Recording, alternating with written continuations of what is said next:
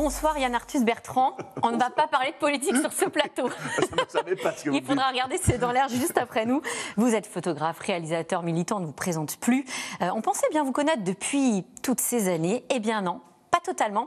Et c'est ce qu'on découvre dans votre dernier ouvrage, Legacy, à la Martinière. Legacy, ça veut dire héritage en français. Ça a été écrit par Olivier Blanc. Hein. Moi, je n'ai pas écrit grand-chose. On a beaucoup parlé. Alors, ça parle beaucoup de vous. Héritage. De quel héritage parle-t-on? C'est l'héritage que ma génération laisse aujourd'hui. Moi, quand j'avais 20 ans, j'avais aucune peur de l'avenir.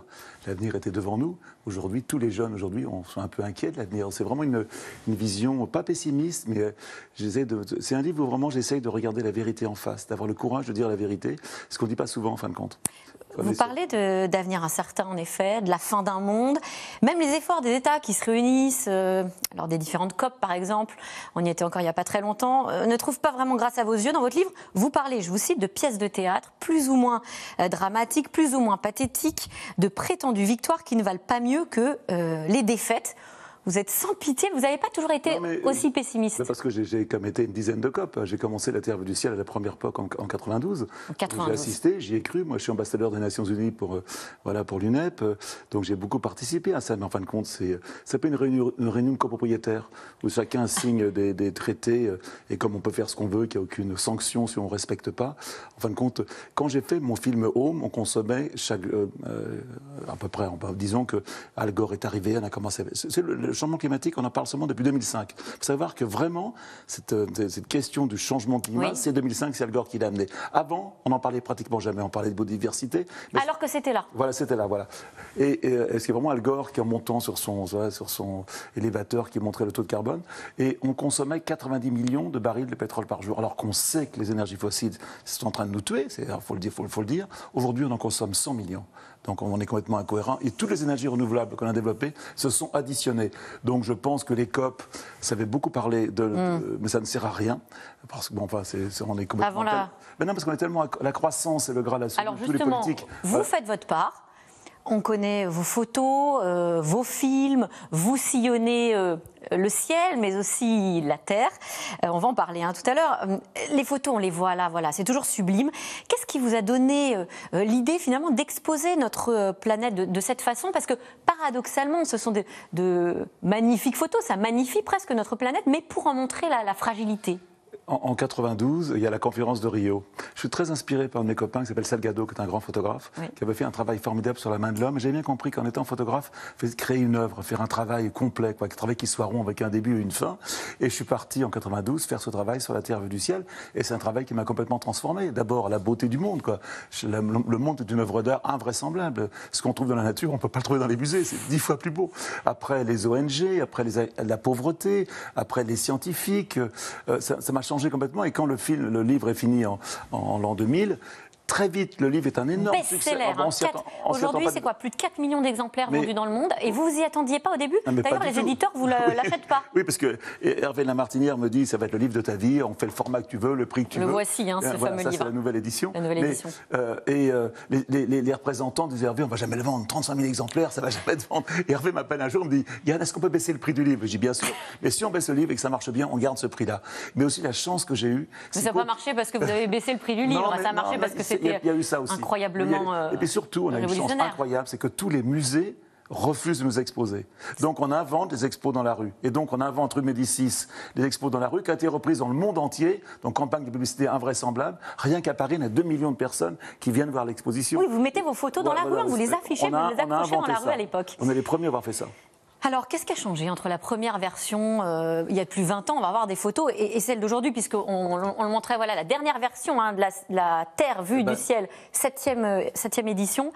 D'abord, c'est que des textes neufs. Que des textes neufs. Toutes les légendes ont été revues avec les chiffres. Est-ce que les photos ont évolué aussi? Parce que regardons par exemple cette photo du Bangladesh où on voit une femme qui fait... C'est pas le Bangladesh, ça. Alors pardon, c'est pas la bonne photo. Oui, la femme, oui, ça c'est le Botswana. Bon, il y a une photo, moi qui m'a marqué, où on voit la pêche au filet avec vraiment la marée. Voilà, on la voit ici. Alors ça, c'est une photo qui est très symbolique parce que le Bangladesh est le pays 160 millions d'habitants.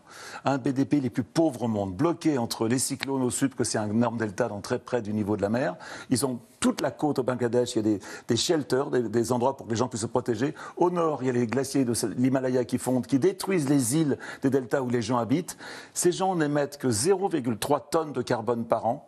Ils souffrent du changement climatique qui est déjà là aujourd'hui, alors que nous, les Français, on en émet 12 tonnes. Les Américains en émettent presque 20 tonnes. C'est-à-dire que ce pays, un des plus pauvres du monde, souffre bien avant nous du changement climatique. Il y a aussi une chose que je voulais dire, c'est que je ne pensais jamais que dans ma vie d'homme, je verrais sous mes yeux se dérouler le changement climatique. Jamais je pensais que, on aurait entendu parler de ce village au Canada qui a pratiquement brûlé, cette ville qui a brûlé avec 50 degrés de température. Je vais en Belgique demain pour faire présenter mon film pour ces fameux, tous les morts, tous ces morts incroyables qu'il y a eu en Allemagne et en Belgique, c'est cette rivière qui a vraiment débordé de partout. À cause des crues et des inondations. Des crues, pareil, les incendies. Je ne pensais pas, chaque année, tout le monde brûle, en fin de compte, la Sibérie, le Brésil, Los Angeles. Je ne pensais pas que je le verrais dans ma vie. Et ça qui est assez étonnant, c'est que tout ce qu'on dit, changement climatique, ça va arriver, attention, et tous les chiffres des rapports du GIEC ont été ramenés vers nous beaucoup plus près qu'avant. Alors vous, votre action, c'est par exemple en montrant ces images, en faisant ces documentaires. Est-ce que ce livre, vous pourriez le faire aujourd'hui, puisque vous avez décidé de ne plus prendre l'avion, par exemple, pas aujourd'hui. Ce qui est un comble pour un voyageur comme vous. Je vais vous dire pourquoi je ne le ferai pas. D'abord, il y a les drones. Donc on n'a pas besoin, tout le monde fait des drones aujourd'hui, la photographie aérienne. Mais c'est pas pareil. C'est pas pareil, mais c'est presque pareil. Et surtout, sur votre téléphone portable, vous avez tout le monde à le Google Earth, à la photographie aérienne. Et vous vous comparez à Google Earth, ce que vous nous proposez comme photo? Oui, parce que je pense qu'en fin de compte, avant d'être un artiste, je suis un témoin de ce qui se passe. Bien sûr, il y a une dimension artistique, mais surtout, c'est un témoignage. Mes photos, c'est vraiment, c'est pour montrer à un instant T du monde à quoi il ressemble, tout simplement. Et c'est aussi, à travers la beauté du monde, peut-être amener un petit peu d'émotion. Voilà. Alors justement, est-ce que vous poursuivez votre travail? Je sais que vous êtes infatigable. Est-ce que vous poursuivez votre travail pour montrer cette beauté de ce monde qui, malheureusement, effectivement, n'évolue pas comme vous l'aviez imaginé? Là, on a fait un film qui s'appelle Legacy, qui est passé sur M6, qui est un film que j'aime beaucoup. Sting vient de faire la voix anglaise et on l'a présenté à Glasgow, c'était vraiment bien. En ce moment, je suis en train de faire un film sur la biodiversité en France. Aujourd'hui, vous sillonnez la France aujourd'hui? Oui. Alors, je fais un film, on va tout mélanger, mais d'abord un film qu'on fait qui s'appelle Vivant, que tous les... C'est le film qu'on fait pour France 2. On a demandé à tous les gens qui filment en France de nous envoyer des images. On a reçu 400 heures en 4K incroyables d'oiseaux. Et j'apprends tous les jours. Est-ce que vous savez, par exemple, que le martinet est un oiseau qui ressemble un peu à une hirondelle? C'est un oiseau, quand il quitte son nid, va passer 3 ans dans le ciel sans se poser. Il va dormir dans le ciel. Il va se nourrir de plancton du ciel. C'est-à-dire, il va pas se poser sur une branche d'arbre? Pendant 3 ans, il va vivre dans l'air, il va migrer. Voilà. Et au bout de 3 ans, il va se reposer pour nicher avec ses petits. Est-ce qu'on sait, par exemple, que les champignons ont une importance incroyable avec les arbres? Les arbres vivent grâce aux champignons, ce qu'on appelle la mycorhize. Tout ce que j'apprends, moi je suis un peu curieux, mais je n'ai pas l'impression de vieillir, j'ai l'impression de grandir. Un regard d'enfant. Exactement. Un regard d'enfant, Yann Arthus-Bertrand. C'est ce métier formidable de journaliste aussi, c'est d'apprendre tous les jours des choses nouvelles. Et de découvrir cette biodiversité absolument inouïe qu'on a en France et en Europe. Exactement. Legacy, l'héritage d'une vie, voilà votre dernier livre, enfin le dernier livre de... Écrit avec Olivier Blond. Olivier Blond, aux éditions La Martinière. La Terre vue du ciel, 7e édition, magnifique photo à nouveau avec de nouveaux textes et puis tous les projets sur lesquels vous travaillez. Et d'ailleurs, je précise que vous êtes président de la fondation Good Planet et qu'une tombola vient d'être lancée aujourd'hui. Exactement. Avis aux amateurs. Vous pouvez gagner un défilé Christian Dior, invité au PSG dans la... Pour quelques euros. Pour quelques euros. Merci. Mais avec un maillot signé Messi, un déjeuner avec Thierry Lhermitte, des lots formidables. N'hésitez pas à aider, parce qu'on a un endroit formidable à Paris où gratuitement on reçoit les gens. On s'arrête là. Merci au président de Good Planet. Merci à vous. Tout de suite, c'est dans l'air, bonne émission. Mais c'est déjà fini. C'est déjà fini. C'est pas possible.